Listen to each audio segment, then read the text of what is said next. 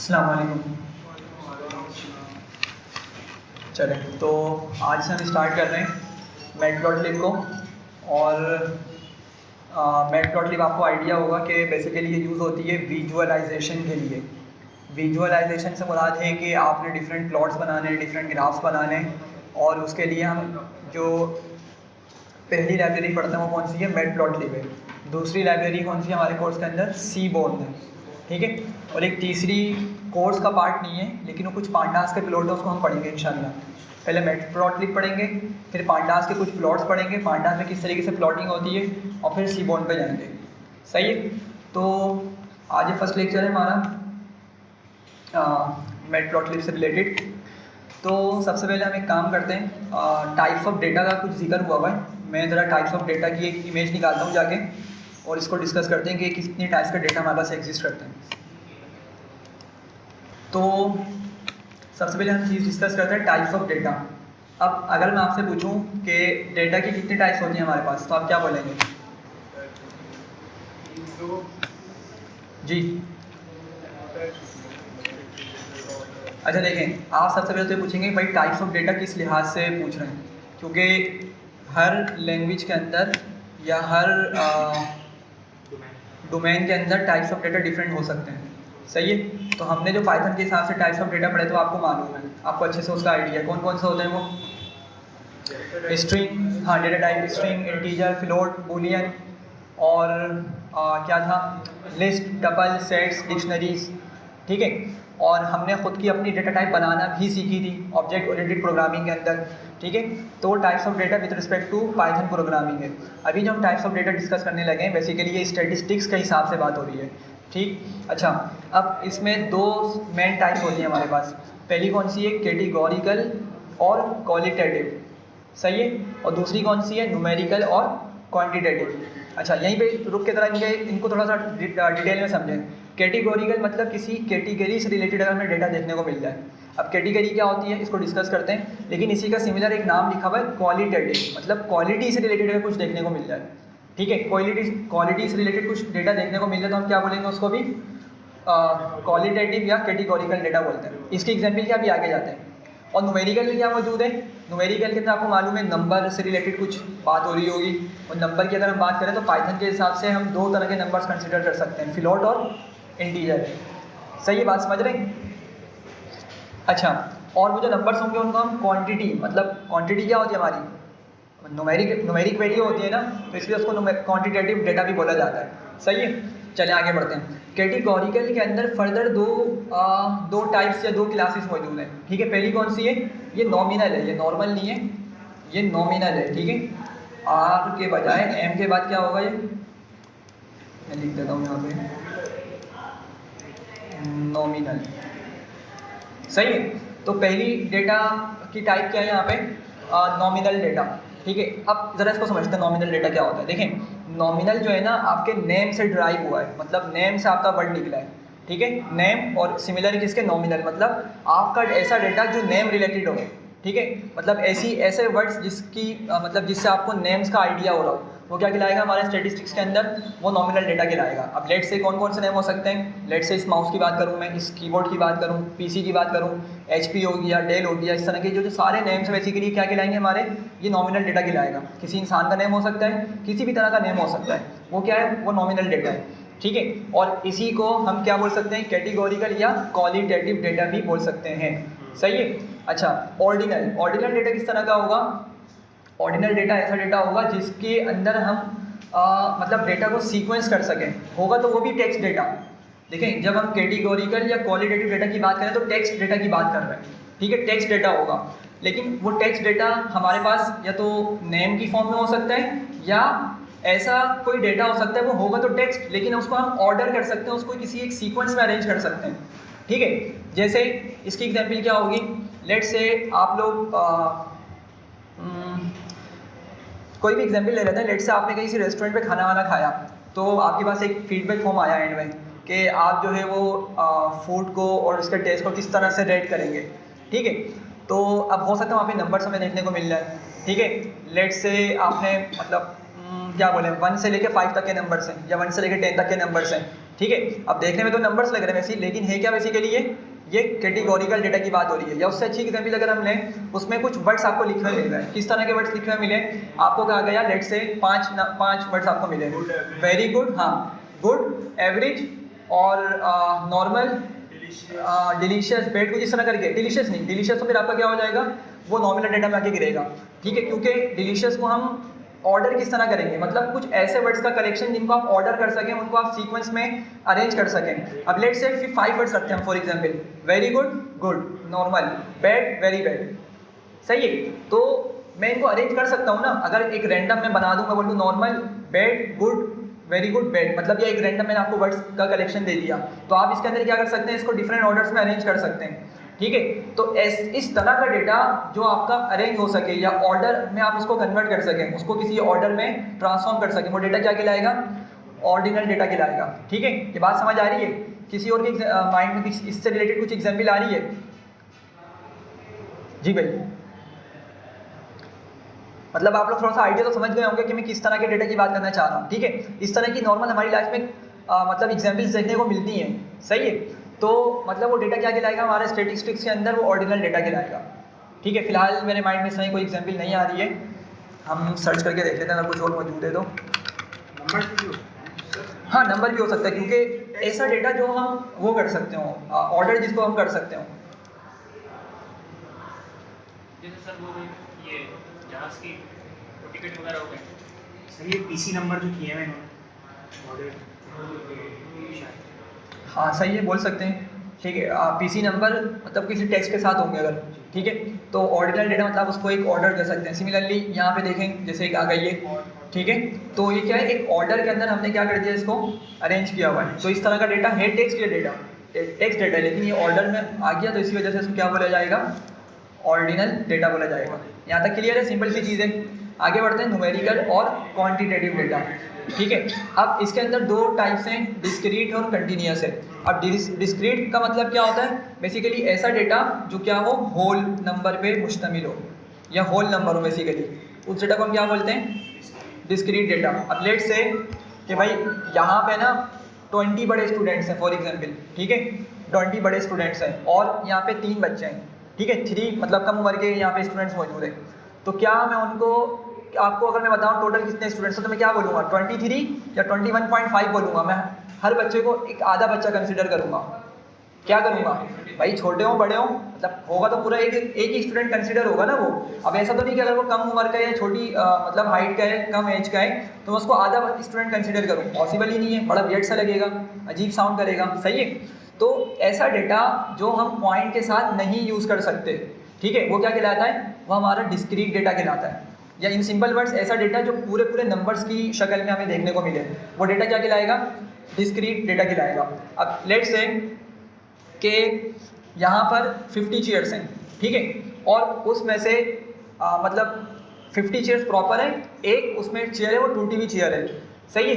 तो मैं क्या बोलूँगा, क्या 50.5 चेयर है, नहीं ना, टूटी हो तो क्या मतलब कंसिडर तो एक ही होगी वो, या तो 50 बोलेंगे या तो 51 बोलेंगे, समझ रहे हैं। तो आप लोग इस तरह की और एग्जाम्पल्स माइंड में लेकर आ सकते हैं कि जहाँ पर हम पॉइंट वाले डेटा को यूज़ नहीं कर सकते, मतलब ऐसी क्वांटिटीज़ या ऐसी चीज़ें होती हैं जहाँ पे हम पॉइंट वाले डेटा का अगर यूज़ करेंगे ना, बड़ा वियर्ड साउंड करेगा, अजीब सा सेंस आएगा, ठीक है। तो वो डेटा क्या कहलाता है, वो डिस्क्रीट डेटा कहलाता है, ठीक है। यहाँ तक बात क्लियर है? हाँ, इंटीजर और फ्लोट डाउन, ठीक है, ये बोल सकते हैं। या अगर मैथमेटिकली बात करें तो होल नंबर्स आपका हो सकता है। होल नंबर मतलब क्या होता है, पूरे पूरे नंबर्स होते हैं वो, ठीक है। उसके बाद है कंटिन्यूस डेटा। कंटिन्यूस डेटा में क्या होता है कि उसमें आपके पॉइंट्स देखने को मिलेंगे, ऐसे नंबर जिसमें आपके पॉइंट देखने को मिलेंगे क्या कहलाएंगे, कंटिन्यूस डेटा कहलाएगा वो, ठीक है। लेट्स से कि टेम्परेचर हो गया, एग्जैक्टली हाइट हो गई, ठीक है, वेट हो गया, हम बोलते हैं ना कि 3.5 किलो, ठीक है, 18.3 kg, इस तरह करके डिफरेंट होते हैं ना हमारे, हम हाइट वेट इस तरह की क्वांटिटीज़ को पॉइंट में हम ले रहे होते हैं। हाइट कितनी भाई, 5.4, कितनी हाइट है तुम्हारी, लेट से 4.10, इस तरह बोला जाता है ना। तो पॉइंट के साथ ये क्वांटिटी यूज़ की जा रही है, ठीक है, और मतलब सही है, नॉर्मल है हमारे लिए, हम इसको यूज़ कर रहे होते हैं, ऐसा ही है वर्ड सलान, हाँ, ठीक है। तो ये चीज़ क्या होती है, हमारी कंटिन्यूस डेटा कहलाती है, ठीक है, क्लियर है ये चीज़। अच्छा, एज बताएं, एज किस तरह का डेटा होगा हमारा, इस पूरे चार्ट में से बताएं एज किस तरह का डेटा होगा। डिस्क्रीट या कंटिन्यूस डेटा? डिस्क्रीट, ठीक है। ऐसा ही होता है ना कि लेट से कोई भाई 19 साल और 5 महीने का है या 6 मंथ्स का है, तो अगर उससे एज पूछें क्या बोलेगा? 19.5 साल का हूँ। नहीं, मतलब बहुत वियर्ड सा लग रहा है ये। हालांकि बोलने को तो बोल सकता है वो, लेकिन यूजुअली यूज़ ही नहीं किया था इस तरह के वर्ड्स हमारी मतलब लैंग्वेज के अंदर या किसी भी ज़बान के अंदर। क्या बोलेगा? 19 साल बता देगा, ठीक है। या तो बोलेगा 20 साल के करीब हूँ, 20 साल का होने वाला हूँ, इस तरह की बात की जा रही होती है। तो ये जो डेटा क्या है वो डिस्क्रीट डेटा कहलाएगा, ठीक है। इसी तरीके से आप लोग अपने माइंड में और एग्जाम्पल्स लेकर आ सकते हैं, आपको फिर फर्दर क्लासीफाई कर सकते हैं। क्लियर है? चलें, ये हो गया हमारा क्या, टाइप्स ऑफ डेटा हमने डिस्कस कर लिया। अब आगे बढ़ते हैं। हम यहाँ पे मैंने क्या किया हुआ है, कुछ लाइब्रेरीज के नाम लिखे हुए हैं। नमपाई को इंपोर्ट कर रहा हूँ, और नमपाई को इंपोर्ट करने की वजह ये है कि हो सकता है कि मुझे बीच में कहीं जाके एरे जनरेट करनी पड़ जाए, तो इसलिए हम नमपाई को लाजमी इंपोर्ट करते हैं। सिमिलरली पांडास को मैंने इंपोर्ट किया हुआ है, हो सकता है पांडास मुझे कहीं बीच में यूज़ करनी पड़ जाए, ठीक है। अब जो हमारी लाइब्रेरी आज की वो मैटप्लॉटलिब है, तो हम उसको किस तरह से इंपोर्ट करते हैं? इंपोर्ट मैटप्लॉटलिब डॉट पाईप्लॉट लिखते हैं, ठीक है। ये पूरा वर्ड लिखेंगे और उसको क्या बोलेंगे? SPLT, कि मैं इस पूरी चीज़ को किस तरह कॉल करने वाला हूँ? इसका एलियस यूज़ करूँगा PLT करके। जिस तरह हमने ऊपर के एलियसिस, पांडास का एलियस क्या है? PD, और नमपाई का NP। सिमिलरली सीबोर्न यहाँ पे यूज़ कर लिया है। सीबोर्न हमारा ऐसा नेक्स्ट टॉपिक होगा मैटप्लॉटलिब के बाद, लेकिन यहाँ पे इसको इंपोर्ट करने की वजह ये है कि हमने इसमें से एक डेटा सेट लोड करना है, ठीक है। इसमें डेटा सेट्स मौजूद होते हैं कुछ, तो हमने वहाँ पे इससे डेटा सेट को लोड करना है, इसी वजह से यहाँ पे इसको इंपोर्ट किया हुआ है, ठीक है यहाँ तक। अच्छा, ये एक लाइन है, इसको हम थोड़ा एंड में जाके डिस्कस करते हैं। इसको मैं अभी फिलहाल के लिए कमेंट कर देता हूँ। एग्जीक्यूट करते हैं इसको, सही है। तो मैंने ये 4 लाइब्रेरीज को इंपोर्ट कर लिया है। आगे बढ़ते हैं। सबसे पहले आज जो हमने प्लॉट डिस्कस करना है वो कौन सा हमारा? ये लाइन प्लॉट है, ठीक है। 2D कोऑर्डिनेट में ये हमने लाइन प्लॉट डिस्कस करना है। तो आपको मालूम है कि हम इसको यूजुअली ड्रॉ करते रहे हैं, ठीक है। ज़्यादातर हम लोगों ने मैट्रिक में किया होता है, सभी करते हैं। ग्राफ का एक टॉपिक होता है, पॉइंट्स की मदद से हम लोकेट्स करते हैं पॉइंट्स को, और फिर उसको लाइन से कनेक्ट करते हैं, सही। तो ये उसी तरह का कुछ प्लॉट है, ठीक है। तो क्या किया हुआ है? ये पॉइंट्स हमारे जो आपको सर्कल देखने को मिल रहे हैं, और इसको हमने लाइन के साथ कनेक्ट किया हुआ है। ये आपका क्या है? ये आपका लाइन प्लॉट है 2 डायमेंशनल स्पेस पे, ठीक है। आगे बढ़ते हैं। अच्छा, सबसे पहले तो हम इसकी बात करते हैं कि हमारे पास जो 2D प्लॉट होगा ना, वो यूज़ होता है बायवेरिएट एनालिसिस के लिए। किस पर्पज़ के लिए यूज़ होता है? बायवेरिएट एनालिसिस के लिए। अच्छा, इससे पहले हमने यूनिवेरिएट एनालिसिस पढ़ी थी। किसी के माइंड में क्या होती है यूनिवेरिएट एनालिसिस? जी, यूनिवेरिएट एनालिसिस देखें। यूनिवेरिएट एनालिसिस बेसिकली जब हम पांडास पे काम किया करते थे, हम सिंगल कॉलम को निकाल के उस पर डिफरेंट ऑपरेशन परफॉर्म किया करते थे, ठीक है। तो वो चीज़ क्या कहलाती है? Univariate analysis. समझ रहे हैं बात को? सिंगल कॉलम पे जब आप काम कर रहे हैं तो क्या है? यूनिवेरिएट, मतलब एक वेरिएबल या एक कॉलम में हम अपनी सारी अजम्पशन या जो भी हमने ऑपरेशन करना है वो कर रहे हैं। लेकिन अगर आपको ये प्लॉट बनाना है, अगर आपको ये ग्राफ बनाना है, तो क्या करना पड़ेगा आपको?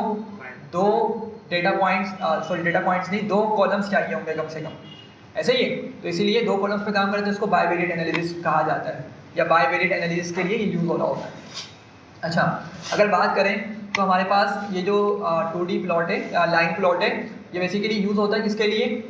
कैटेगोरिकल के लिए भी यूज़ होता है, ठीक है, और न्यूमेरिकल के लिए भी यूज़ होता है। मतलब अगर आपका हो सकता है कि दोनों डेटा पॉइंट्स क्या हो?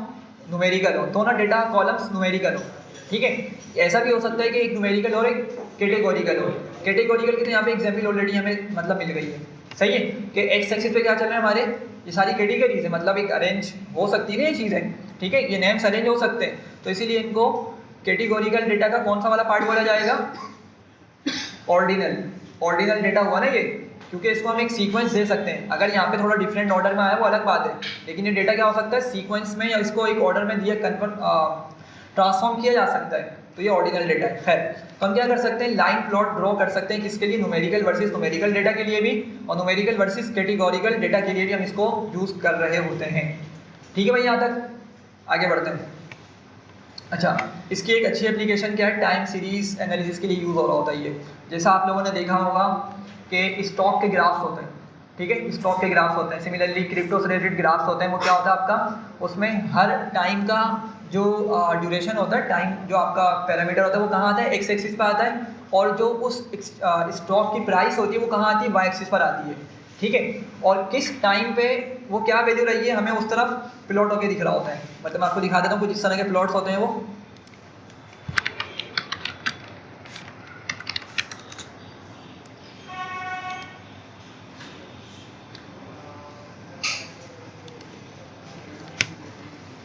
ठीक है, अच्छा ये अभी आ रहा है फिलहाल हमारे पास किस तरह का, ये बार प्लॉट की शक्ल में आ रहा है, सही है। लेकिन हम इसको क्या कर सकते हैं, इसको मतलब सिंगल सिंगल पॉइंट को लोकेट करके हम इसकी लाइन भी बना सकते हैं। मैं यहाँ पे लिखता हूँ स्टॉक प्लॉट्स,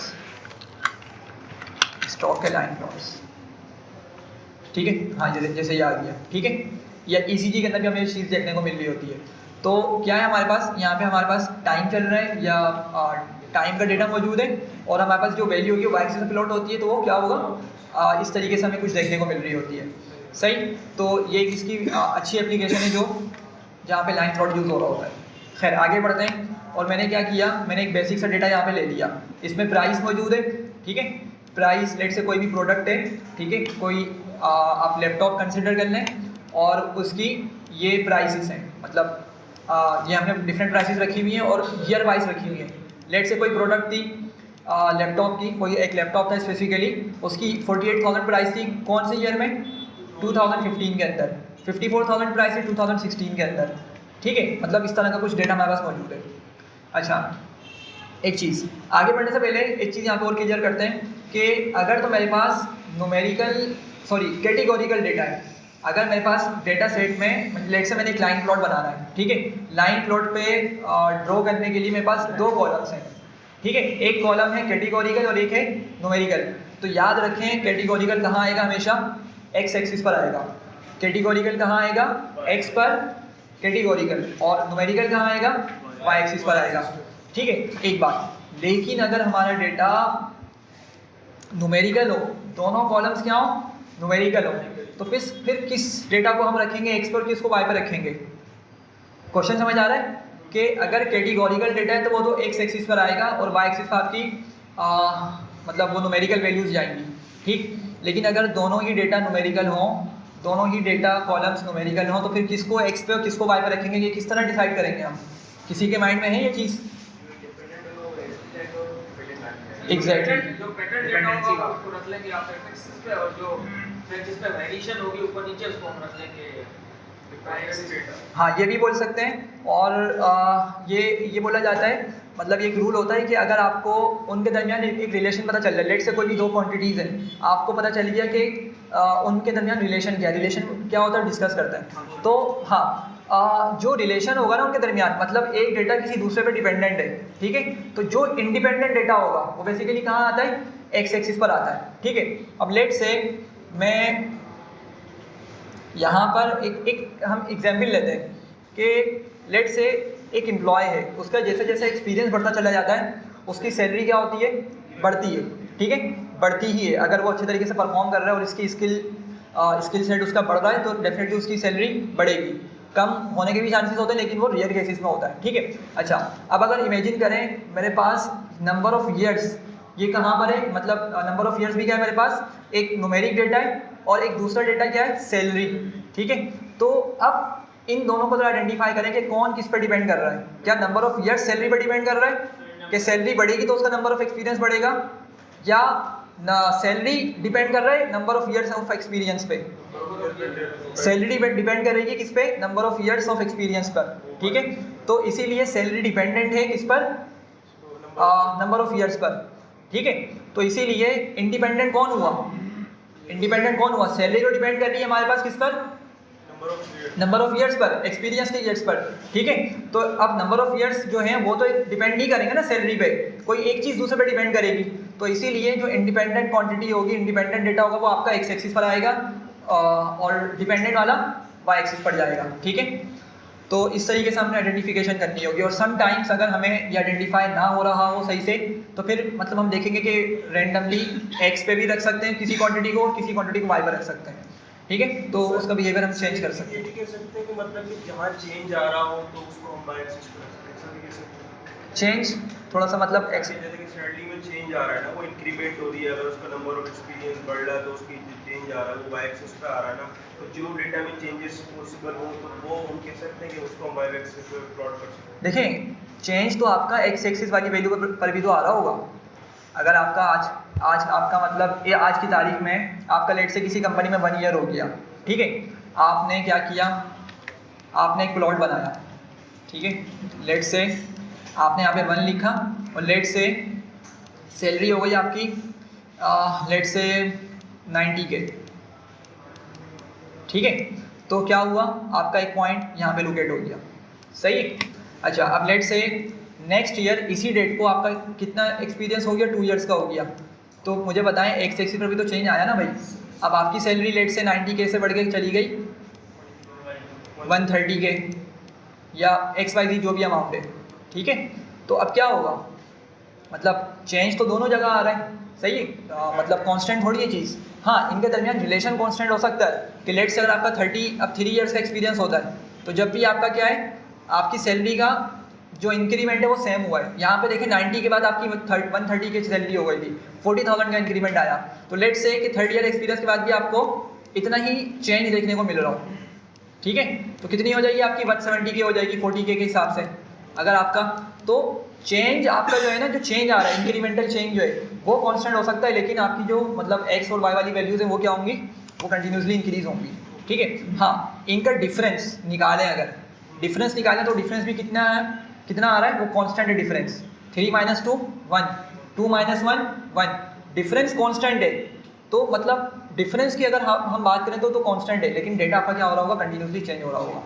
खैर, तो आगे बढ़ते हैं और यहाँ पे हम इसको प्लॉट करते हैं। क्या लिखना पड़ेगा हमें उसके लिए, मैं लिखूंगा PLT, क्योंकि मैंने उसको क्या बोला था PLT करके मैं उस पूरी लाइन को यूज़ करूँगा, matplotlib.py को PLT करके डॉट प्लॉट लिखूंगा, तो ये क्या करेगा, लाइन प्लॉट के लिए मेरा यूज़ होता है। मैंने PLT.plot लिखा और मैं अच्छा पहले सेल को रन कर लेता हूँ, इस सेल को रन नहीं किया हुआ, प्राइस और ईयर वाले को, चलें, ईयर को कहाँ रखना है मैंने, एक्स एक्सिस पर, तो इसलिए उसको पहले लिखूंगा मैं, ठीक है। प्राइस को कहाँ रखना है, वाई एक्सिस पर, तो इसलिए इसको सेकंड नंबर पे लिखूंगा, एग्जीक्यूट करूंगा। तो अब इसने क्या किया, हमें इस तरह का प्लॉट बना के दे दिया। भाई 2015 में इसकी जो सैलरी थी, प्राइस कितनी थी, 48,000 थी, ठीक है, 2016 में ये वैल्यू हो गई, और इस तरह करके इसने डिफरेंट पॉइंट्स लोकेट किए, सही है, और हमें एक ग्राफ ड्रॉ करके दे दिया, ठीक है। अच्छा, बहुत बेसिक सा ग्राफ है, अभी हम इसकी कस्टमाइजेशन पढ़ेंगे कि हम इसमें क्या क्या कस्टमाइजेशन कर सकते हैं। यहाँ तक बताएं, क्लियर है, चलें आगे बढ़ते हैं। हाँ करेंगे सब, अभी बता दो लोग, बहुत बेसिक सा है, अभी हम आगे सारे पॉइंट्स मतलब आगे आ रहे हैं। अच्छा, ये पॉइंट हम डिस्कस कर चुके हैं, आगे बढ़ते हैं। मेरे पास एक डेटा सेट मौजूद है, आफरीदी इमरान CSV फाइल, तो मैं आता हूँ matplotlib पे और ये फाइल मौजूद है मेरे पास, ठीक है। आफरीदी और इमरान खान की जो मैच हैं, एक रैंडम डेटा बनाया हुआ है, तो उसका यहाँ पे मैंने फाइल बना के रखी हुई है CSV। मुझे क्या करना है, इस फाइल को रीड करना है ताकि मैं क्या कर सकूँ, डेटा को प्लॉट कर सकूँ, सही है। स्पेलिंग देख लेते हैं एक मरतबा, क्या है, आफरीदी _ इमरान, ठीक है, चलें। अच्छा, डेटा लोड करना है, क्या यूज़ करेंगे भाई, पांडा से यूज़ करना पड़ेगा ना, तो इसीलिए हमने ऊपर लाइब्रेरी को पहले से इंपोर्ट करके रखा हुआ है। तो मैं क्या लिखूँगा, pd.read_csv फाइल है, सॉरी, और क्या था, पहले हम matplotlib फोल्डर में जाएंगे, तो क्या लिखना पड़ेगा उसके लिए, matplotlib / लगा के क्या बोलेंगे, ये आ गया आफरीदी _imran.csv, और इसको लेट से हम सेव कर लेते हैं, किस नाम से सेव करें, नहीं, हम इसको लिख देते हैं AI आफरीदी इमरान करके लिख दिया, ठीक है, या बैट्समैन लिखते हैं, चलें, BTM लिख दिया शॉर्टकट में मैंने, ठीक है। किस वेरिएबल में सेव कर लिया इसको, BTM मतलब बैट्समैन के डेटा में सेव कर लिया। अब जरा इसको देखते हैं कि हमारे पास इस डेटा में मौजूद क्या है। तो क्या करूँगा मैं, BTM की पहले शेप निकाल लेंगे ताकि पता चले कितना बड़ा डेटा है, छोटा सा डेटा बिल्कुल 10 रोज और 3 कॉलम्स का डेटा है, ठीक है, तो हम पूरा डेटा भी प्रिंट कर सकते हैं। तो मैं डायरेक्ट यहाँ लिखता हूँ BTM, और ये पूरा डेटा हमें देखने को मिल रहा है, हाँ 10 पॉइंट्स है ना, 0 इंडेक्स से स्टार्ट हो रहा है, ठीक है, तो 10 टोटल रोज हो गई। अब देखें ज़रा, पहला कॉलम क्या है, इंडेक्स नाम का कॉलम है, ये है कॉलम, इंडेक्स नहीं एक्चुअल इंडेक्स आपके लेफ्ट पे चल रहे हैं, सही है, लेकिन इंडेक्स नाम का एक कॉलम बना हुआ है यहाँ पे जिसमें डिफरेंट ईयर्स हमारे पास मौजूद हैं, और आफरीदी का बेसिकली यहाँ पे स्कोर मौजूद है, मतलब मे बी कि 2008 में आफरीदी ने इतना स्कोर बनाया, टोटल जो उसने मैच प्ले किए पूरे ईयर के अंदर, ठीक है। अगेन ये डेटा क्या है, जस्ट एक रैंडम डेटा है जो खुद से क्रिएट किया गया है, ये प्रॉपर उनके मैच के रिकॉर्ड्स नहीं है, ठीक है, एक्चुअल डेटा नहीं है। सिमिलरली इमरान खान का उस टाइम पे क्या था, उस ईयर के अंदर 165 का रिकॉर्ड था, एंड सो ऑन, यहाँ से लेकर 2008 से लेकर 2017 तक का डेटा यहाँ पर मौजूद है। ठीक है भाई, यहाँ तक चले आगे बढ़ते हैं। अब करना क्या है, हमने बैट्समैन 1 को स्कोर करना है, बैट्समैन 1 को हमने प्लॉट करना है। बैट्समैन हमारा कौन है, अफरीदी, तो इसका मैंने एक प्लॉट बनाना है। क्या करूँगा मैं, PLT डॉट प्लॉट लिखूँगा, ब्रैकेट बनाऊँगा, और मैंने एक्स एक्सिस पे क्या रखना है भाई, ईयर को, हाँ इंडेक्स को, ठीक है। तो मैं किस तरह से निकालूंगा इस कॉलम को, ज़रा जल्दी से बताएं। BTM नाम रखा हुआ है, ठीक है, हाँ BTM, उसके बाद इसका स्क्वायर ब्रैकेट, और फिर क्या बताएंगे इसको, इंडेक्स, ठीक है। ये एक्स एक्सिस पर आ गया। सिमिलरली BTM किया, और क्या था, अफरीदी ना, स्मॉल है कैपिटल है, कैपिटल अफरीदी है, ठीक है, एग्जीक्यूट कर दिया। तो क्या हो गया, जब हमें अफरीदी के यहाँ पे इसने मतलब जो भी उसका रन स्कोर था उसने हमें यहाँ पे दिखा दिया। सही है भाई, यहाँ तक बेसिक सी चीज़ें बहुत हम इसको ऊपर भी करके आ चुके हैं, यहाँ पे हमने वही चीज़ दोबारा करी है। अच्छा, अब क्या करना है, अब दूसरे बैट्समैन का भी मैंने स्कोर करना है, मतलब प्लॉट बनाना है। तो क्या करना पड़ेगा, मुझे कॉपी कर लेता हूँ इसी चीज़ को पूरी को, हाँ बस मुझे नेम चेंज करना पड़ेगा। अफरीदी की जगह यहाँ पे क्या आ जाएगा, इमरान खान, एग्जीक्यूट किया तो इसका ये कुछ डेटा देखने को मिल रहा है, ये मतलब प्लॉट है। अभी ऑफ कोर्स बहुत रो फॉर्मेट में ये प्लॉट है, तो इस वजह से थोड़ा मतलब पढ़ने में ही मज़ा नहीं आ रहा, लेकिन अभी हम आगे जाएंगे तो आपको इसकी अच्छी सी मतलब क्लियर हो जाएगा कि किस तरीके से डेटा को रीड किया जा रहा होता है। खैर, ये सिंगल सिंगल हमने प्लॉट बना लिए, सही है, हाँ वो देखिए यहाँ आ गया, क्या लिखा हुआ है, plotting multiple plots in single letter, ठीक है। अब हमने क्या करना है, अगर हम इन प्लॉट्स को तरह देखें, चले आप लोग देखें 2008 में क्या पता चल रहा है भाई, आफरीदी ने कितने स्कोर किए थे, अराउंड 480 हमें दिख रहा था, डेटा देखकर आए थे हम, लेकिन हमें यहाँ से देख लिया हमने 400 प्लस उसने स्कोर किए थे। 480 था ना, या क्या था नंबर, 404 था, सॉरी 404 था, ठीक है, क्योंकि 450 तो यहाँ पे देखने को मिल रहा है, ठीक है, तो 480 तो और ऊपर जाना चाहिए था, तो 400 एंड सम नंबर्स के करीब उसने स्कोर बनाया था, ठीक है। अच्छा, नेक्स्ट ईयर क्या हुआ, 2009 के अंदर उसका स्कोर कम हो गया, ठीक है। अच्छा, फिर नेक्स्ट ईयर क्या हुआ, दोबारा से बढ़ गया, सही, लेकिन 2010 में जो उसका स्कोर था वो फिर भी क्या रहा, 2008 के स्कोर से कम रहा, ठीक है। तो उसके बाद क्या हुआ, अगेन नेक्स्ट ईयर के अंदर फिर उसका स्कोर नीचे चला गया, लेकिन अब की मरतबा जो उसका स्कोर में डिक्लाइन देखने को मिला वो प्रीवियस वाले ईयर के मुकाबले में थोड़ा कम था, समझ रहे, मतलब उसने फिर भी अपनी परफॉर्मेंस को थोड़ा बेहतर रखा। अच्छा, फिर बात करते हैं आगे, तो अगर हम इस पीक को देखें तो तकरीबन 2012 के एंड या 2013 के करीब की बात है कि उसने सबसे अपने, हम ये बोल सकते हैं, लेट से हमारे पास जो डेटा मौजूद है कि उसने अपने करियर का सबसे हाईएस्ट रिकॉर्ड यहाँ बनाया, रन्स यहाँ बनाया, पीक यहाँ इसकी देखने को मिल रही है, जो कि 500 प्लस कुछ स्कोर है यहाँ पे, मे बी के 550 का अराउंड हो, ठीक है, एग्जैक्टली मालूम नहीं है लेकिन हम गैस कर सकते हैं यहाँ से।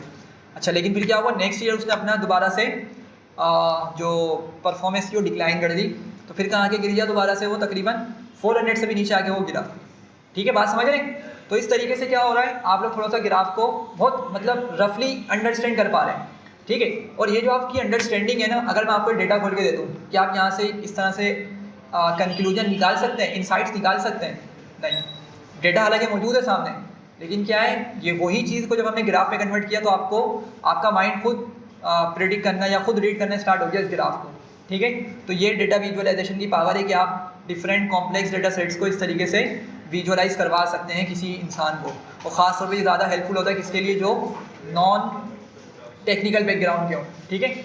आप लोगों का मतलब बैकग्राउंड टेक्निकल है तो हो सकता है आप लोग इसे थोड़ा बहुत अंडरस्टैंड कर लें, लेकिन ऐसे लोग जो मैनेजमेंट साइड के होते हैं उनको तो ये चीज़ मुश्किलें समझ आए, ठीक है, अनलेस उन्होंने इसकी रीडिंग स्किल्स उनके पास मौजूद हों ग्राफ की। खैर, तो क्या हुआ, अफरीदी का हमने डेटा को एनालाइज कर लिया, बहुत बेसिक का। अब उसके बाद क्या मौजूद है, इमरान खान की बारी आती है। 2008 में पता चल रहा है भाई कि उसने 200 से भी कम के रन्स बनाए थे।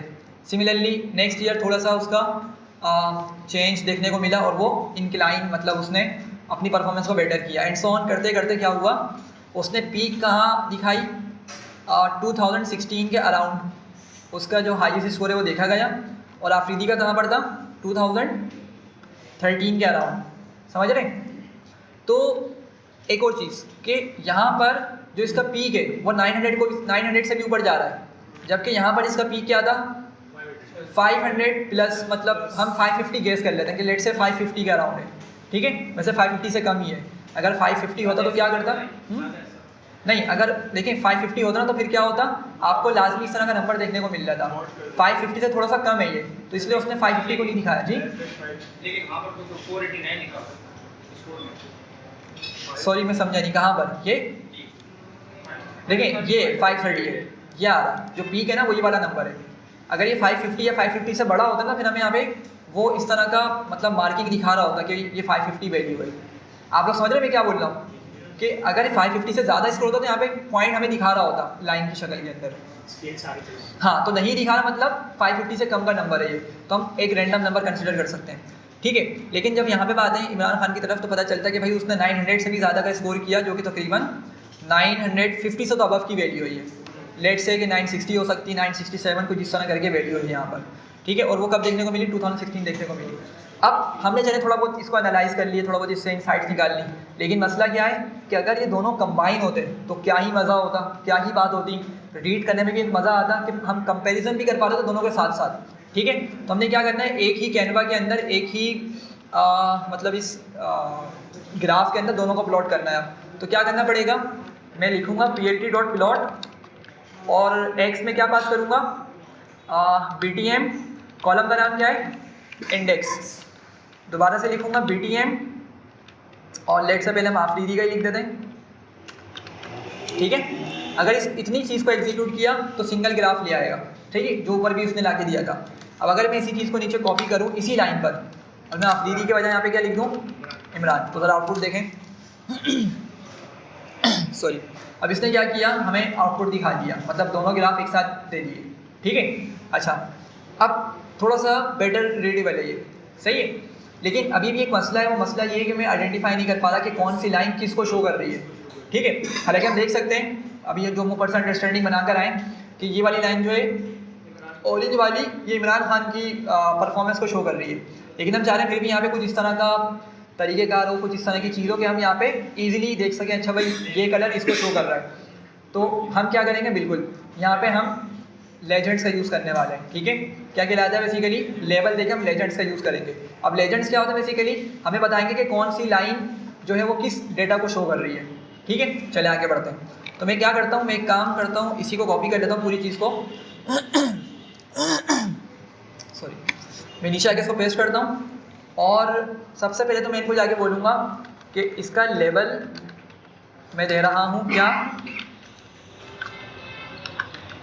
आफरीदी, और मैं इसी चीज़ को कॉपी करके दोबारा से नीचे लिखता हूँ और यहाँ इसको बोला इमरान। अच्छा, सिर्फ इतना लिखना काफ़ी नहीं है, अगर हम एग्जीक्यूट करेंगे तो कोई डिफरेंस नहीं आया, वैसे ही ग्राफ बन गया, ठीक है। तो हमें क्या करना पड़ेगा, एक फंक्शन होता है हमें उसका यूज़ करना पड़ेगा। हम लिखेंगे plt.legend, ठीक है। लेजेंड होता है, लीजेंड होता है, लीगेंड होता है, क्या होता है आप लोग वर्ड देख लीजिएगा, ठीक है।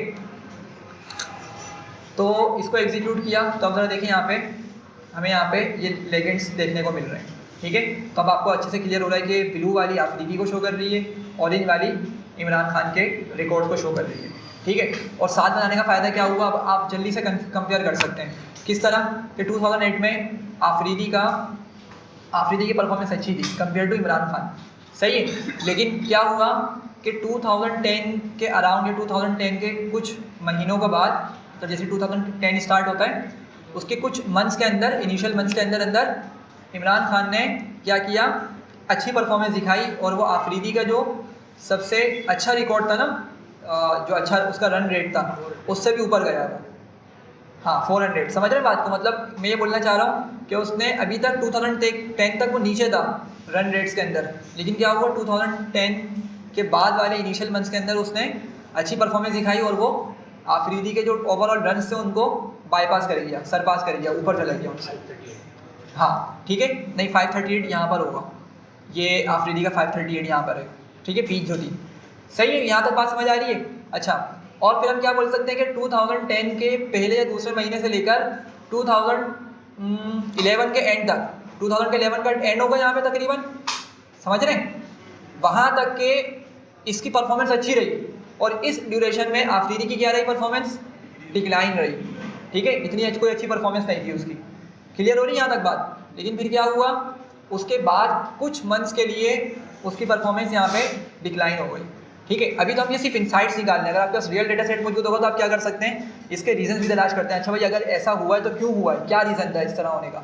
अब जैसे आप कंपनी की स्टॉक की या कंपनी की जो है ना टोटल रेवेन्यू का आपने ग्राफ बनाया कि ईयर आपको हर ईयर का डेटा आपको मिल गया और उसके टोटल रेवेन्यू मिल गया कि इतना इतना कंपनी ने रेवेन्यू जनरेट किया।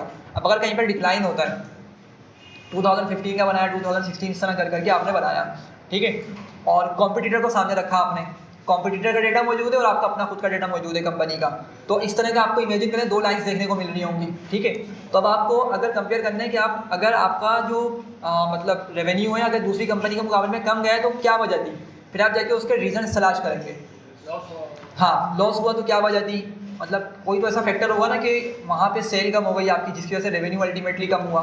ठीक है, तो इस तरीके की आपको क्या करना पड़ता है, एनालिसिस और क्रिटिकल थिंकिंग आपके माइंड में होनी चाहिए जिसकी वजह से फिर आप उसका सोल्यूशन बता सकेंगे कि हमें इस चीज़ को अवॉइड करना है अगर हमें फ्यूचर में अच्छी सेल करनी है। सही है। एनीवेज, तो ये हमने क्या किया, यहाँ पे एक आइडिया लगा लिया कि भाई इन दी एंड क्या हुआ कि 2014 के बाद से तकरीबन जो इमरान खान की परफॉर्मेंस थी बहुत ज़्यादा अच्छी रही है कंपेयर टू आफरीदी। सही है भाई, यहाँ तक क्लियर है। तो एक बहुत बेसिक से हमने यहाँ पे 2 ग्राफ्स को एनालिसिस परफॉर्म करी है इस पर। अच्छा सर, एक चीज़ और कि अगर हम जैसे कि वाई एक्सिस के ऊपर जैसे कि लिखना चाह रहे हो ईयर और ऊपर टॉप पे लिखना चाह रहे हो तो उसको तो ऐसा लिख सकते हैं? बिल्कुल लिख सकते हैं, वो नीचे आते हैं हम उसको डिस्कस करते हैं। यहाँ तक बताएं, यहाँ तक क्लियर है। चले आगे बढ़ते हैं। अच्छा, अब एक चीज़ है हमारे पास, ये करेक्ट वर्ड क्या है वैसे, लीजेंड होता है या लीजेंड है, क्या ये? मैं तो आज तक इसको लेजेंड बोलता है, अभी थोड़ा सा मैंने बोलना वियर्ड साउंड लगा मुझे जी। लेजेंड, अच्छा खैर चलें। तो ये लेजेंड है और इसकी लोकेशन आप देख रहे हैं इसने यहाँ पे लगा कर दी है। अब मैटप्लॉटलिब हमें ये ऑप्शन देता है कि अगर हमने इसकी इस पोजीशन को चेंज करना हो तो हम ये कर सकते हैं। ठीक है, बाय डिफ़ॉल्ट क्या वो थोड़ा सा स्मार्टली काम करता है मैटप्लॉटलिब। इसको पता चल जाता है कि अगर हमारा ग्राफ यहाँ पर एम्प्टी स्पेस है तो ये क्या करेगा, यहीं पे हमें मोस्टली आंसर दिखा रहा होता है, लेजेंड यहीं पे लगा के दिखा रहा होता है। ठीक है, अब अगर लेट से अगर आपने कोई ऐसा ग्राफ बनाया जिसमें कर्व यहाँ देखने को मिल रहा है आपको, तो क्या करेगा वो ऑटोमेटिकली यहाँ से हटा के कहीं और ले जाएगा इस लेजेंड को। हो सकता है इधर ले आए, हो सकता है कहीं नीचे ले आए, तो स्मार्टली क्या करेगा, इसको मूव करवा रहा होगा ये। ठीक है, लेकिन हम क्या कर सकते हैं, हम इसको मैनुअली भी हैंडल कर सकते हैं। ठीक है, तो अब उसके लिए क्या करना पड़ेगा, हमें एक कमांड पास करनी पड़ेगी, एक एट्रीब्यूट पास करना पड़ेगा लॉग करके। मैंने इसके ऊपर क्या लिखा था, plt.legend लिखा था और एम्प्टी ब्रैकेट्स के साथ मैंने इसको एग्जीक्यूट कर दिया था। लेकिन अगर मुझे इसकी पोजीशन चेंज करनी तो फिर क्या करना पड़ेगा, मैं यहाँ पे लॉग लिख के इक्वल्स टू और ऑप्शंस में इनमें से कोई एक अवेलेबल ऑप्शन लिख दूँगा। ठीक है, तो चला हम कुछ यहाँ पे ट्राई करते हैं। मैं कॉपी कर लेता हूँ इस चीज़ को पहले, तो नीचे आते हैं और लेट से हम क्या लिखें, लोअर राइट लिखें। लोअर राइट का मतलब इस जगह आ जाएगा। सही है, चलें लॉक करके हम इसको बताएंगे।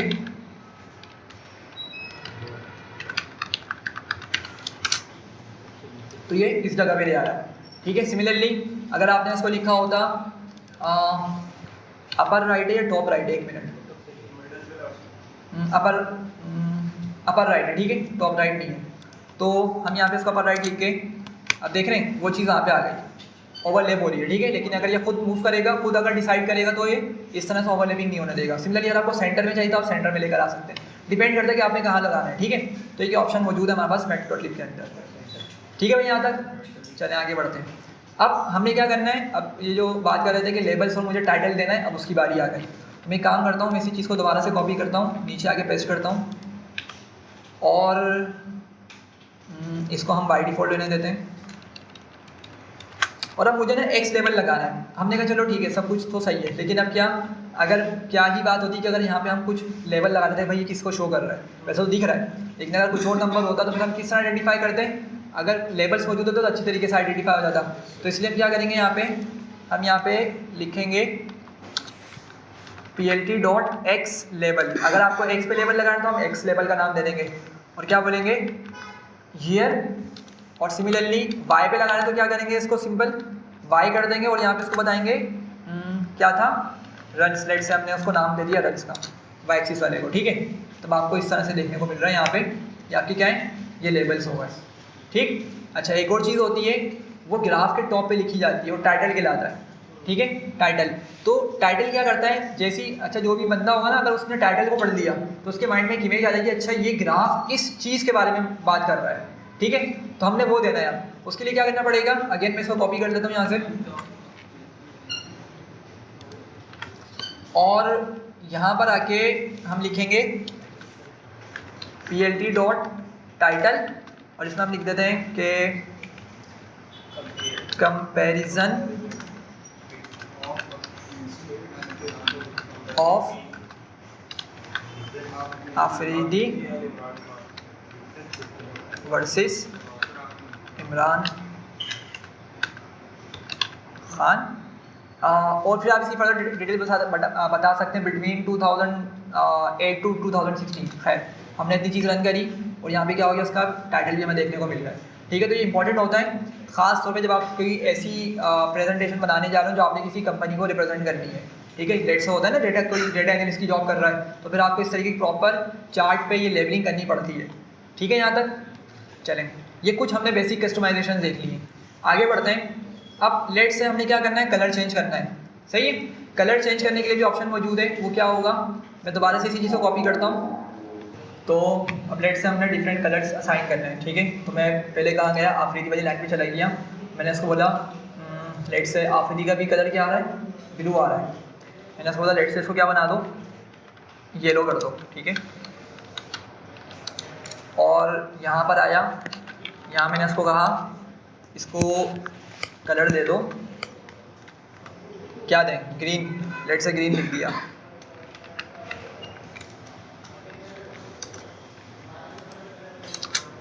ठीक है।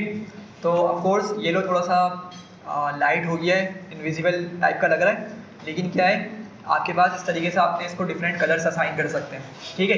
लेकिन एक बात याद रखिएगा, जो हमारे वर्ड्स वाले कलर है ना, मतलब जैसे हम पर्पल बोलते हैं, लाइट पिंक, इस तरह करके डिफरेंट हम कलर्स यूज़ कर रहे होते हैं, तो वो हर वर्ड यहाँ पे काम नहीं करेगा, कुछ स्पेसिफिक वर्ड्स में वो काम करेंगे, रेड, ब्लू, ग्रीन, येलो, इस तरीके के मेन जो वर्ड्स हैं वो काम कर जाएंगे। लेकिन अगर कोई डिटेल का कलर है, डिटेल में कलर है वर्ड वाला, तो वो काम नहीं करेगा। तो इसका अच्छा तरीका क्या होता है कि हम ना हेक्स कोड यूज़ कर लें। क्या यूज़ कर लें इसके बजाय, हेक्स कोड का यूज़ करके इनको कलर्स असाइन कर दें। तो लेट से मैं आता हूँ यहाँ पर, और मैं ये वेबसाइट एक मैंने लिखी हुई है, आपके साथ शेयर कर दूँगा। इस पर अच्छे कलर का कॉम्बिनेशन मौजूद है, मैं इसको देख रहा था घर पे, मैंने कॉपी कर लिया था इसका लिंक, ठीक है। ये डिफरेंट कलर्स आ रहे हैं, यहाँ से किसी भी हेक्स कोड को कॉपी कर सकते हैं। उसके अलावा हाँ, बल्कि ये वाली वेबसाइट है जिसकी बात कर रहा था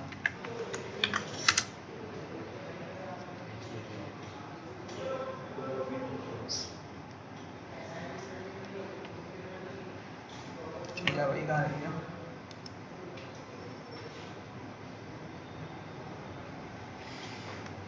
नहीं काम कर रही। खैर देख लिएगा आप लोग, मैं आपके साथ शेयर कर दूंगा।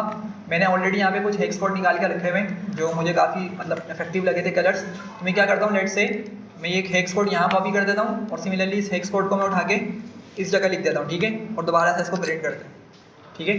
तो आपके पास क्या होगा, अब कलर्स चेंज होकर आ रहे हैं, और ऑटोमेटिकली वही कलर यहाँ क्या करेगा, पिक करके ले आएगा ये, ठीक है। खैर आगे बढ़ते हैं। अब लेट से आपने बोला मुझे लाइन का स्टाइल चेंज करना है। अभी लाइन किस तरह से आ रही है, पूरी एक सॉलिड लाइन आ रही है, इसको क्या बोलते हैं हम, सॉलिड लाइन आ रही है, ठीक है। इससे पहले अगर आप इसके पॉइंट्स के ऊपर नंबर्स दिखा दें, जैसे रेड्स दिखा दें, तो ज़्यादा मतलब किस तरीके से, मतलब ये जो लाइन जहाँ पॉइंट्स ड्रॉ हो रहे हैं उसके ऊपर की वैल्यू आ जाए, 508 है, 530 है। अच्छा वो वाली चीज़, वो जो है ना आपको डेटा एनोटेशन करनी पड़ेगी, और डेटा एनोटेशन के लिए plt.text का यूज़ करना पड़ेगा, ठीक है। plt.text का देखते हैं उसको एक मतलब इसको ट्राई करके हम देखते हैं कि वो किस तरीके से आ सकते हैं, ठीक है। लेकिन पॉसिबल है इस तरह करना, शायद लूप वगैरह का यूज़ करना पड़ेगा, हम इसको देखते हैं, ठीक है। अभी लाइन स्टाइल हमने करना है, ठीक है। लेट से लाइन स्टाइल पे हम जाते हैं। तो लाइन स्टाइल पे आपने कहा मुझे लाइन चाहिए किस तरह की, ये सब कुछ वैसे ही लिखा हुआ है। मैंने यहाँ पे कॉमा लगा के एक और एट्रीब्यूट यूज़ कर लिया, लाइन स्टाइल, और इक्वल्स टू करके मैंने लिख दिया डैश्ड। और चलें एक ही पे करते हैं हम, तो ज़रा देख रहे हैं वो क्या किया उसने, हमारी लाइन को, इस पूरी लाइन को डैश से क्रिएट कर दिया, ठीक है। पूरी प्रॉपर एक लाइन के बजाय, सॉलिड के बजाय डैश डैश क्रिएट कर दिए, ठीक है। सिमिलरली हमारे पास यहाँ पे दूसरा ऑप्शन होता है, मतलब ऑप्शंस काफ़ी हैं, एक डॉटेड ऑप्शन है। तो लेट से आपने क्या किया, इस डॉटेड का यूज़ कर लिया, और अब वो क्या हो रहा है आपके डॉट की मदद से आपकी लाइन बन रही है, ठीक है। और ये दोनों बन सकती हैं, आपकी मर्जी है। अगर मैं नीचे भी कॉपी कर दूंगा इस चीज़ को उठा के तो क्या हो जाएगा, ये चीज़ यहाँ पे भी अपनी अप्लाई हो जाएगी, सही है। अब लेट से मैं क्या करता हूँ, इसी चीज़ को कॉपी करके मैं ले आता हूँ इधर और इसको मैं लिखता हूँ डैश डॉट और यहाँ पे लिखता हूँ लाइन स्टाइल को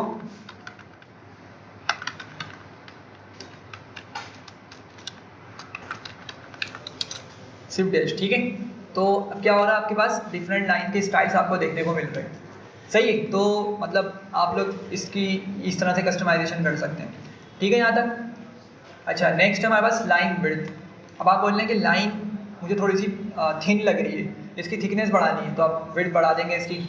और क्या करना पड़ेगा उसके लिए, वही चीज़ हम इसको पूरे कोड को कॉपी कर देते हैं वापसी से और नीचे जाके बोलते हैं कि इसकी अब लाइन विड्थ भी मुझे हैंडल करनी है। तो मैंने कॉमा लगा के लाइन विड्थ लिखा और इक्वल्स टू करके लेट से मैंने इसको 5 बोल दिया, ठीक है। 5 थोड़ी सी ज़्यादा बड़ी हो जाएगी वैसे। अच्छा, एक मिनट, इसको शायद नंबर करके पास करना है, हाँ इसको हमें नंबर करके पास करना है, मतलब इंटीजर में पास करना है, ठीक है।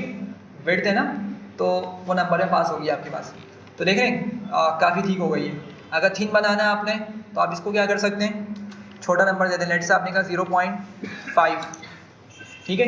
तो बहुत ज़्यादा क्या होगा, ये थिन हो गई। तो डिपेंड करता है कि आप किस तरीके से उसको डिस्प्ले करना चाह रहे हैं डिफरेंट कस्टमाइजेशन के अकॉर्डिंग, ठीक है।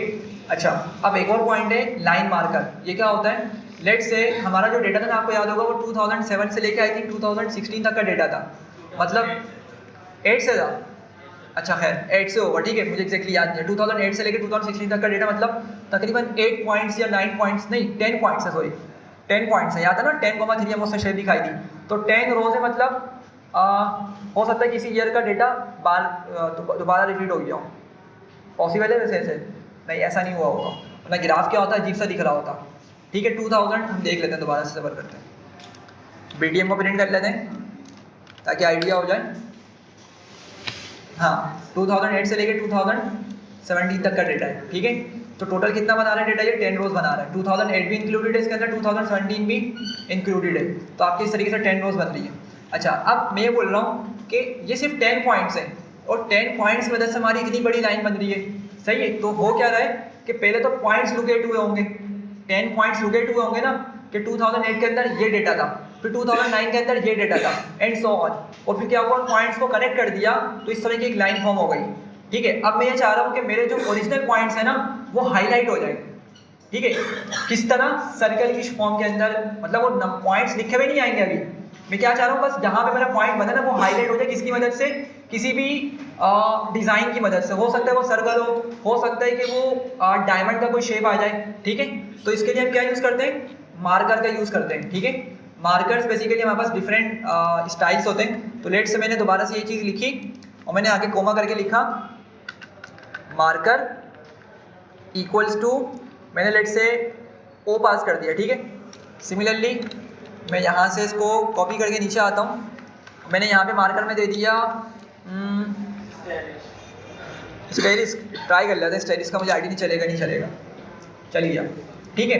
तो ज़रा देखें अभी जो पॉइंट्स हमें देखने को मिल रहे हैं, सर्कल्स छोटे छोटे, ये बेसिकली क्या बता रहे हैं कि ये मेरे एक्चुअल डेटा पॉइंट्स हैं, डेटा के जो हमारा ओरिजिनल डेटा था। बाकी के जो आपको लाइन देखने को मिली है वो किसकी मदद से बनी है, ज्वाइनिंग की मदद से फॉर्म हुई है।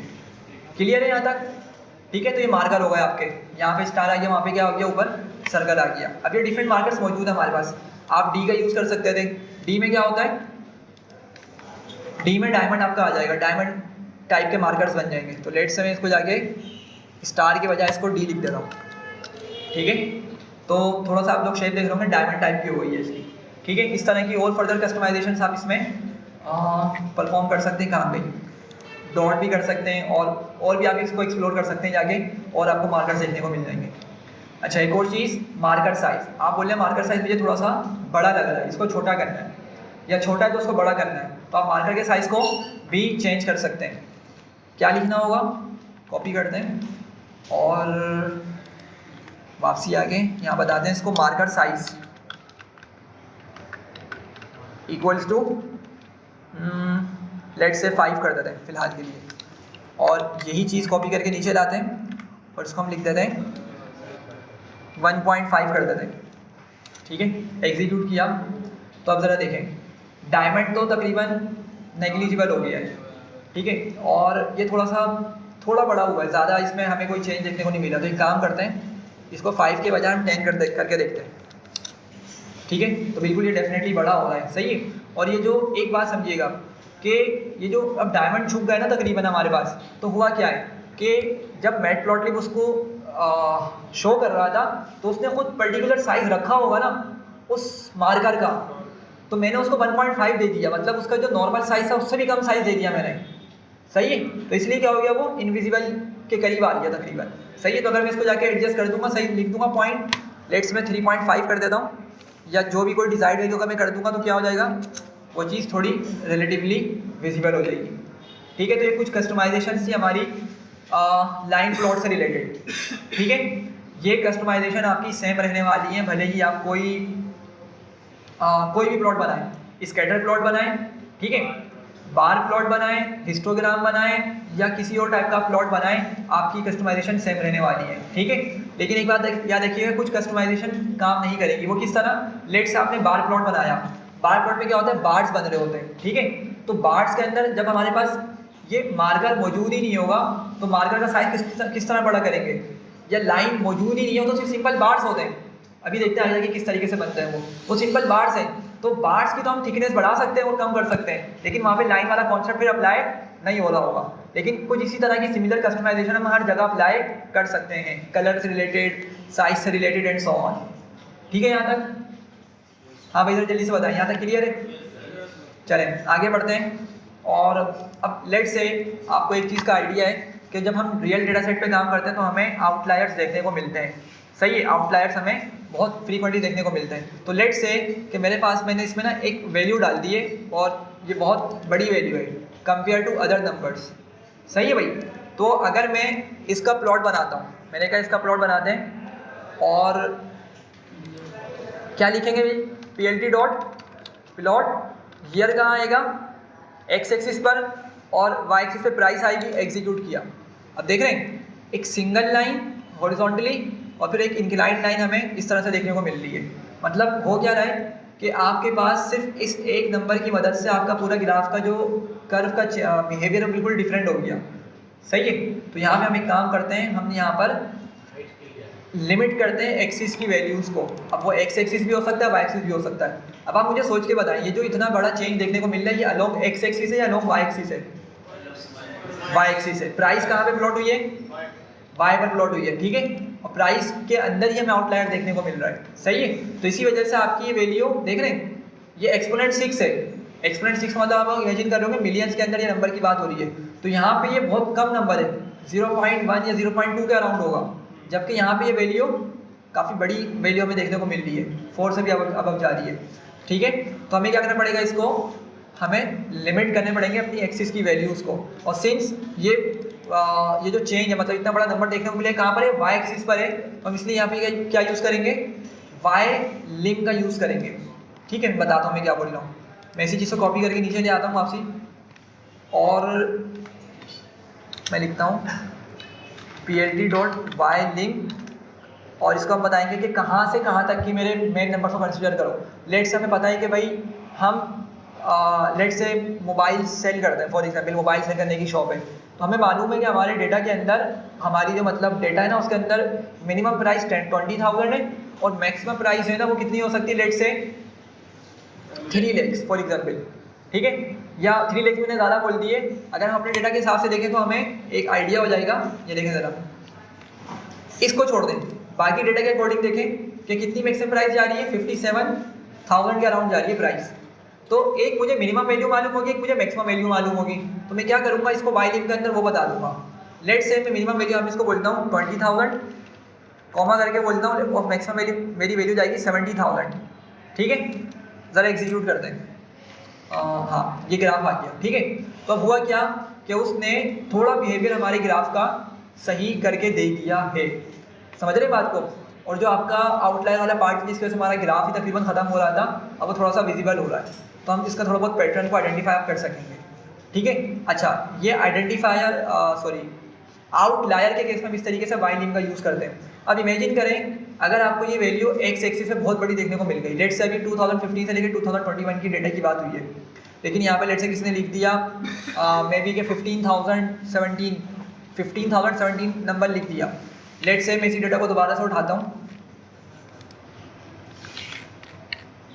और मैं इसको पेस्ट करता हूँ यहाँ पे। लेट से मैंने यहाँ पे लिख दिया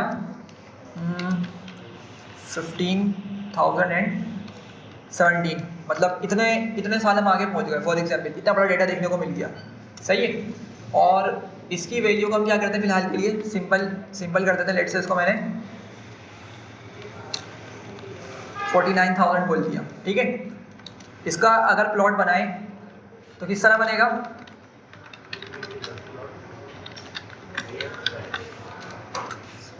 ठीक है। अब देख रहे हैं आपके पास अब एक्स एक्स में कितनी बड़ी वैल्यू देखने को मिल रही है, ठीक है। 2000 के बाद डायरेक्ट को कहाँ भाग रहा है, उस 15,000 पे जा रहा है, और कोई हमें शेप आइडेंटिफाई नहीं हो पा रही कि हमारी शेप क्या है, ठीक है।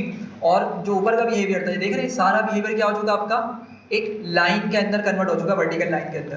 तो अगर मैंने इस वाली वैल्यू को खत्म कर दिया समहाउ, तो क्या होगा, मेरा ग्राफ बाकी का थोड़ा रिलेटिवली रीडेबल हो जाएगा।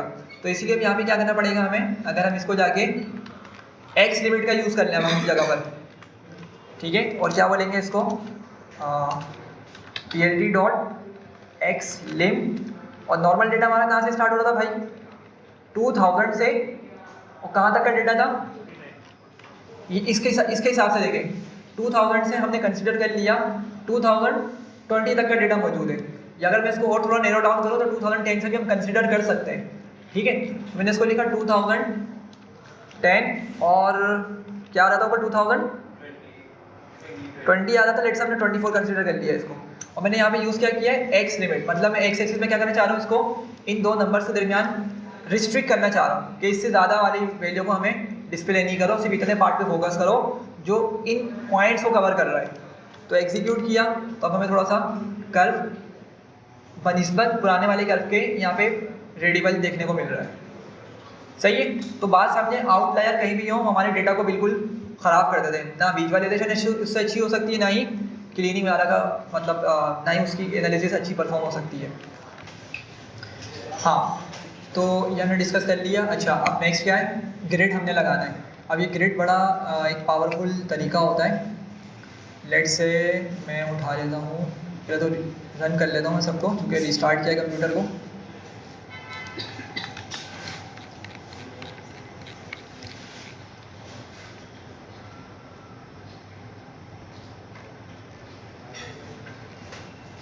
अच्छा, मैंने क्या किया, मैंने वही चीज़ लिख दी, और मैं बस नीचे के क्या करूँगा, मैं लिखूँगा PLT डॉट ग्रिड और एग्जीक्यूट करूँगा। तो ये देखना आपको किस तरीके से ग्रिड्स आपको देखने को मिल गए। ये क्या करेंगे, आपको एक हेल्प कर देते हैं नंबर्स को ईजीली आइडेंटिफाई करने में, सही है। तो ये चीज़ हो गई। उसके अलावा क्या है, not printed in other editors, हाँ ठीक है। अच्छा देखिए, हम VS कोड का यूज़ कर रहे हैं, ठीक है।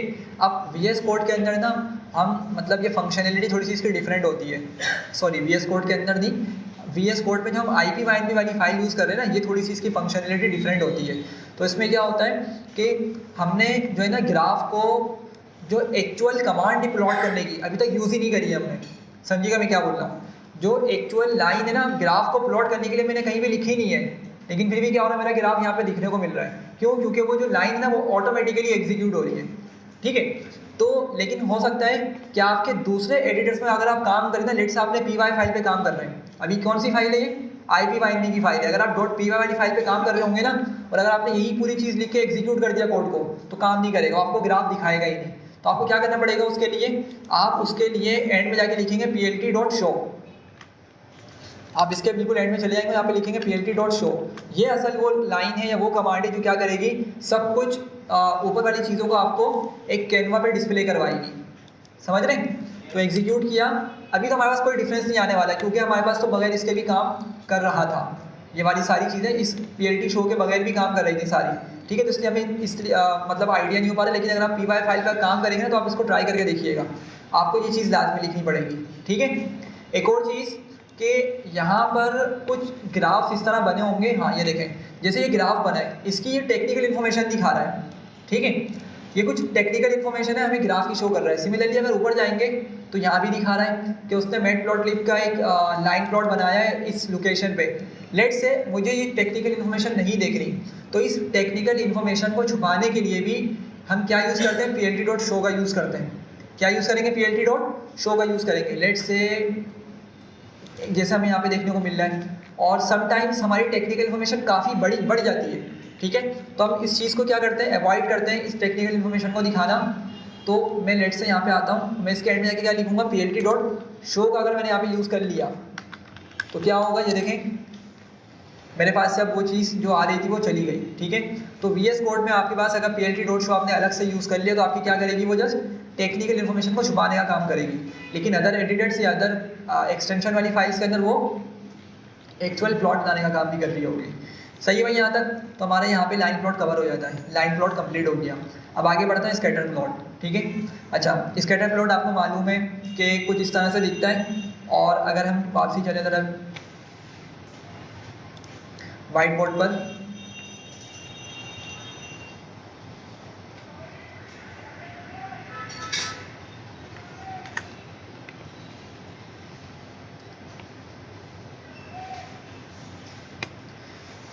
अच्छा ये देखें होगा क्या कि हमने इस तरीके से एक 2 डायमेंशनल कोऑर्डिनेट लेना है, और हमारे पास यहाँ पे x पे कोई क्वांटिटी होगी और y पे क्या होगी, कोई दूसरी क्वांटिटी होगी। सही है, तो ये तकरीबन सिमिलर है लाइन ग्राफ के, लाइन प्लॉट के। सिर्फ डिफरेंस क्या है कि पॉइंट्स कनेक्टेड नहीं होते, ठीक है। मतलब हम ये बोल सकते हैं कि जो असल चीज़ है ना, पहले वो बनता ही स्कैटर प्लॉट है, पहले सारे डॉट्स लोकेट होते हैं, और अगर आपने उन डॉट्स को कनेक्ट कर दिया तो क्या बन जाता है, वो लाइन प्लॉट। और आपने उसको लाइन से कनेक्ट नहीं किया डॉट्स को या पॉइंट्स को, तो आपका क्या रह जाता है, वो स्कैटर प्लॉट रह जाता है। तो स्कैटर प्लॉट क्या है, वो मेन ग्राफ है हमारे पास। तो लेट से मैं यहाँ पे लिखता हूँ, और एज और हाइट का मैं डेटा प्लॉट करता हूँ। लेट से यहाँ पे क्या मौजूद है, एज मौजूद है, और यहाँ पर क्या मौजूद है, हाइट मौजूद है। मतलब एज वाइज हम हाइट को यहाँ पे प्लॉट करने जा रहे हैं। लेट से अब एक बंदे की एज है 10 ईयर्स, ठीक है, और उसकी हाइट देखने को मिली हमें लेट से 3 पॉइंट समथिंग, ठीक है। मैंने थोड़ा सा यहाँ पे पॉइंट लोकेट कर दिया, ठीक। अच्छा, एक बंदे की एज आ गई लेट से 15 ईयर्स। तो यूजुअली क्या होता है कि एज के साथ हाइट बढ़ती है, ठीक है। मतलब कुछ एक्सेप्शनल केसेस हो सकते हैं कि एज बढ़ने के बावजूद हाइट कांस्टेंट रहती है, ऐसा भी हो सकता है, ठीक है।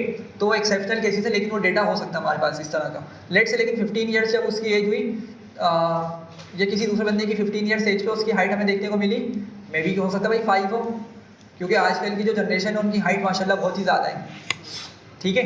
तो लेट से 5 देखने को मिल गई। सिमिलरली हमें पता चला कि भाई एक बंदा उसकी एज 20 है, लेकिन उसकी हाइट है मे बी 4 के अराउंड आ रही हो, ठीक है। तो इस तरह करके हम क्या करेंगे, डिफरेंट वैल्यूज़ के अगेंस्ट ये पॉइंट्स प्लॉट कर लेंगे, समझ रहे हैं। तो ये बेसिकली जो पॉइंट्स हमारे, यही क्या कहलाते हैं, यही हमारा स्कैटर प्लॉट कहलाता है, ठीक है। अच्छा, स्कैटर प्लॉट का सबसे अच्छा जो यूज़ है ना, वो क्या है, मतलब जो ज़्यादातर ये यूज़ किया जाता है वो क्या होता है, आउटलायर्स डिटेक्शन के लिए। अगर आपने आउटलायर्स डिटेक्शन करनी हो तो आप फ़ौरन से स्कैटर प्लॉट बनाएं और आपको आइडिया हो जाएगा, अच्छा ये आउटलायर हमारे पास यहाँ लाई कर रहा है, सही है। चले वापसी चलते हैं। तो हमने क्या करना है, इस स्कैटर प्लॉट को स्टडी करना है। अगेन आपको आइडिया हो गया होगा कि 2 हमें कॉलम्स पे काम करना पड़ेगा कम से कम, ठीक है। तो इसलिए ये भी कि इस कैटेगरी में आते हैं बाय वेरिएट एनालिसिस प्लॉट के लिए यूज़ किया जा रहा होता है, ठीक है। अच्छा, अगेन ये यूज़ होगा सिर्फ किसके लिए, न्यूमेरिकल वर्सेस न्यूमेरिकल डेटा के लिए, ठीक है। इसमें न्यूमेरिकल वर्सेस कैटेगोरिकल डेटा नहीं होगा, न्यूमेरिकल दोनों डेटा पॉइंट्स होंगे, दोनों डेटा कॉलम्स होंगे, ठीक है। चले आगे बढ़ते हैं। और मैंने ना यहाँ पे कुछ बेसिक सा फंक्शन लिखा हुआ है, लिन स्पेस, लीनियर स्पेस मतलब है इसका। क्या मतलब होता है, क्या काम करता है ये linear space, sorry space create करता है। मतलब पॉइंट थोड़ा सा आपका करीब है, लेकिन एग्जैक्टली क्या करता है ये, देखें ये क्या करेगा। इसको मैंने बोला कि -10 से लेके कहाँ तक के नंबर जनरेट करो, 10 तक के नंबर जनरेट करो। कितने नंबर जनरेट करो, 50 नंबर जनरेट करो, सही है। तो क्या करेगा ये ना, अब जो मुझे नंबर्स ला कर देने वाला है उनके दरमियान जो डिफरेंस होगा वो सेम रहेगा। लीनियर स्पेस बेसिकली क्या करेगा, जो मुझे नंबर्स ला के देगा ना 50, -10 से 10 के दरमियान, -10 से लेकर 10 तक के कितने नंबर बनते हैं टोटल, 20 के अराउंड नंबर्स बनेंगे, ठीक है। -10 से पहले 0 और फिर आगे 10, अराउंड 20 नंबर्स बनेंगे शायद, या 22 हो गया, आई एम नॉट श्योर, इसको काउंट कर लीजिएगा। तो होगा क्या कि इन पॉइंट्स के दरमियान इतने नंबर्स के दरमियान मुझे कितने पॉइंट्स लाकर देने वाला है, ये 50 पॉइंट्स लाके देने वाला है, सही है। लेकिन किस तरह से लाएगा कि जो पॉइंट मुझे बताएगा ना, अगर मैं उसका डिफरेंस निकालूं पीछे वाले नंबर के साथ, तो हमें क्या देखने को मिल रहा होगा, एक जो डिफरेंस है वो सेम देखने को मिल रहा होगा, कांस्टेंट देखने को मिल रहा होगा।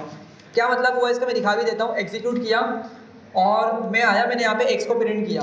अब ज़रा देखें, हम यहाँ पे पॉजिटिव नंबर्स उठा लेते हैं। लेट से मैंने एक नंबर ये उठाया, ठीक है, मैं इसको कॉपी कर लेता हूँ, और मैंने एक नंबर इसके आगे वाला उठाया, ठीक है, लाया मैं, और मैंने यहाँ पे इसको एग्जीक्यूट किया, माइनस किया मतलब, ठीक है, माइनस किया तो क्या आंसर मिल रहा है मुझे, 0.4081 का इसमें डिफरेंस देखने को मिल रहा है। सही है भाई यहाँ तक?